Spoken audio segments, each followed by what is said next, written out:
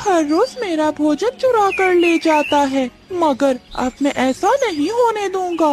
मिठू तोता बुलबुल के पास जाता है। बुलबुल, मुझे कोई ऐसी दवा दो जिससे पेट में दर्द हो। बुलबुल हंसने लग जाती है। पेट में दर्द रोकने की दवा तो सब लेने आते हैं, मगर मिठू तुम पेट में दर्द करने की दवा लेने आए हो। मैं तंग आ गया हूँ उस चोर से। एक दिन नहीं बल्कि हर रोज मेरा भोजन चोरी हो जाता है।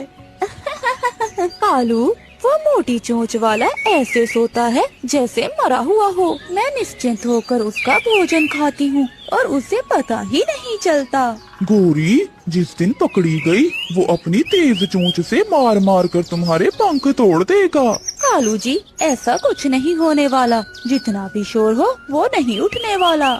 आज रात मिठू तोते ने भी अपना जाल बिछा दिया था। मिठू तोते ने पके हुए आम पर बुलबुल से लाई हुई दवा लगा दी थी। अब जो भी ये आम खाएगा सारी जिंदगी याद रखेगा कि किसी के घोंसले से भोजन चोरी नहीं करते। मिठू तोता झूठ मूठ की आंखें बंद करके सो जाता है। गौरी का भी काली जरूर थी, मगर चांदनी रात में वो दूर से ही नजर आ रही थी। मोटी चोंच वाला कैसे सोया हुआ है। कितना बुरा लगता है जब ये ऐसे बंदर की तरह मुंह खोल कर सोता है। आज तो पका हुआ आम लाया है मोटी चोंच वाला। मिठू तोता भी एक आंख खोलकर गोरी कवि को देख लेता। कवि भी मजे मजे से मिठू का आम खा लेती है। मेरा पेट तो भर गया, अब घर जाकर आराम से सोती हूँ। आराम से? आज तो तू सोने वाली नहीं है काली कव्वी, आज आएगा तुझे मजा। गौरी कवि घर पहुँची ही थी कि उसके पेट में दर्द शुरू हो जाता है। आम तो मीठा था, पर मेरे पेट में दर्द क्यों शुरू हो गई? आहिस्ता आहिस्ता गौरी कवि का पेट का दर्द तो बढ़ने लगता है और वो रोने लगती है। हाय हाय, मैं मर गई। कालू, कालू उठो, देखो मैं मर रही हूँ। कालू कौवा भी उठ जाता है। आज कहाँ गई थी और क्या खा कर आई हो? उस मोटी चोंच वाले तोते के घोंसले से पका हुआ आम खा कर आई हो। न जाने आम खाने के बाद क्या हुआ। मेरा दिल घबरा रहा है और पेट में भी दर्द हो रहा है। कालू जी, पेट में बहुत दर्द है। गौरी कवि तो पेट दर्द से उछलने लगती है। जब मैं मर जाऊंगी तो फिर निकलोगे घर से? जाओ कुछ करो, वरना मैं मर जाऊंगी। कालू, कुछ करो। अब तुम ही बताओ कि मैं क्या करूं? चिड़िया के पास जाओ और पेट दर्द की दवा पूछ कर आओ। कालू कौवा अपने घर से निकलता है और चिड़िया के दरवाजे पर दस्तक देता है। चिड़िया चिड़िया, जल्दी दरवाजा खोलो। रानो चिड़िया जल्दी से बाहर आती है। क्या हुआ कालू भैया, आप इतने घबराए हुए क्यों हो? गौरी के पेट में बहुत दर्द है, क्या तुम्हारे पास पेट दर्द की दवा है?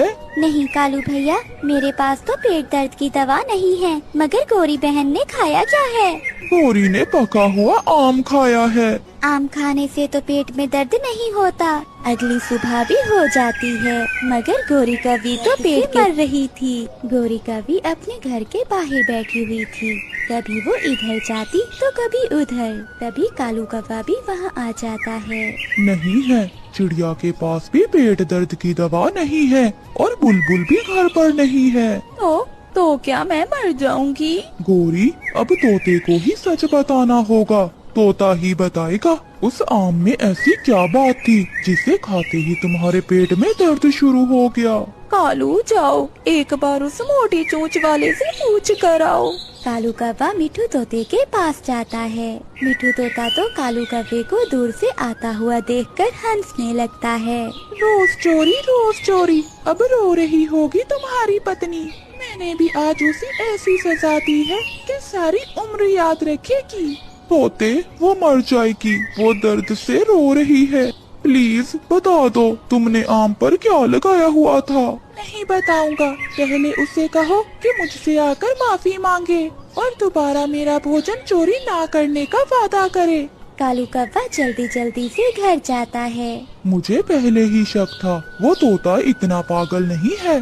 उसने आम पर कुछ लगाया हुआ था जिसे खाने से तुम्हारे पेट में दर्द शुरू हो गया। कालू, अब मैं कैसे ठीक होंगी? प्लीज मुझे बचा लो। वो कहता है कि गोरी आकर मुझसे माफी मांगे।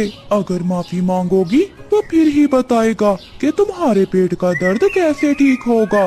मुझे ले जाओ, मैं पाँव पकड़ लूंगी अपने तोते भैया के। फिर कालू कौवा गोरी को साथ ले जाता है। तोते, मेरे सुंदर भाई, अपनी बहन गोरी को बचा लो, मैं दर्द से मर रही हूँ। नहीं नहीं, मैं तो मोटी चोंच वाला हूँ और मैं मुंह खोलकर ऐसे सोता हूँ जैसे कोई बंदर सोता है। मैंने जो कहा और जो किया मुझे माफ कर दो। मैं तुम्हारे पाँव पकड़ती हूँ, बस एक बार मुझे माफ कर दो। मैं दोबारा कभी चोरी नहीं करूँगी। फिर मिट्टू तोता गोरी कवि को दवा दे देता है, जिसे खाते ही गोरी कवि ठीक हो जाती है। गोरी, अब घर चलो, फिर कभी चोरी न करना।